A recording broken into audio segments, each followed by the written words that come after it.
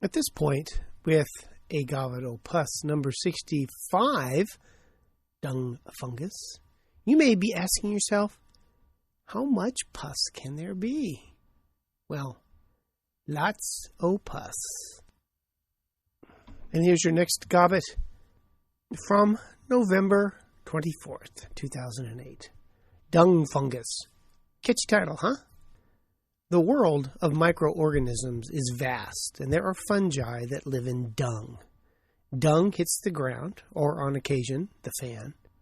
And if it was a long, long time ago, it gets fossilized.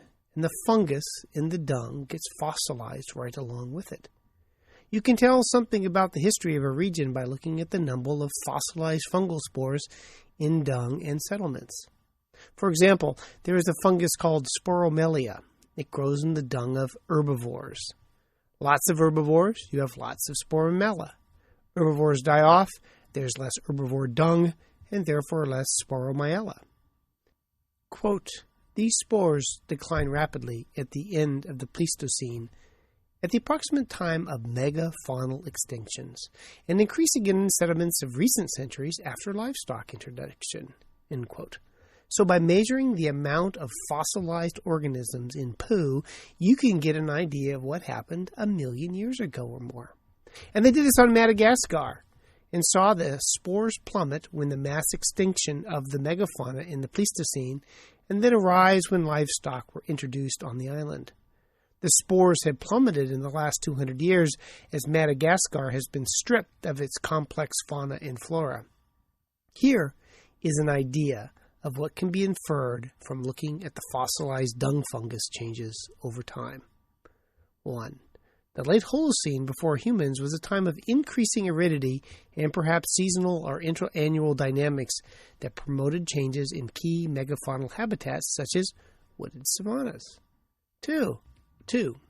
People arrived and hunted the native megafauna, at least the ones that were slow on the ground. I think they refer to the native megafauna and not the people, such as many of the larger lemurs to local extirpation, and depressed the number of other megafauna. And I'd be depressed too if I was being hunted to extinction. 3.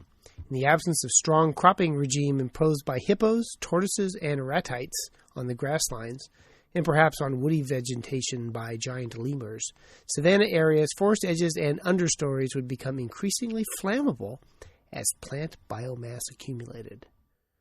4. The change in fire regimes would mean that the preferred megafaunal habitats became increasingly fragmented as fire converted areas to simpler systems with less edible plant biomass. For example, spiny bushland and steppe. 5, and this is all, of course, in Roman numerals. Humid forest and high elevation areas were the last settled and converted by humans, as indeed they still are being transformed today at an alarming rate, but they would have provided poor refuge for most of the savanna-adapted megafauna, and less swift giant lemurs would have been vulnerable to hunting with even dense habitats.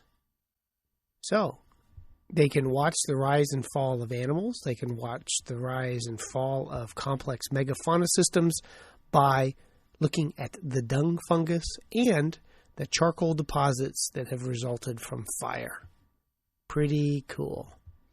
I spend my day trying to kill bacteria and fungi. It amazes me what can be determined by looking at their corpses. Now, have a cardiologist tell you anything that cool. I'm bitter about cardiologists, as you can tell. The relevant references were Spora Myelia fungal spores, a palynological, if that's such a word, means of detecting herbivore density from paleogeography, paleoclimatology, and paleoecology. God, I can't say a damn thing with these words, can I? Give me a bacteria and I can pronounce it, but not paleoecology and paleoclimatology. Volume 237, July 2006. And see, I can't even pronounce the bacteria now, or fungi. Sporomyelia and the late Holocene extinctions in Madagascar at www.pns.org. This is Mumble Mouth Chrislip giving you your Gobbet Opus.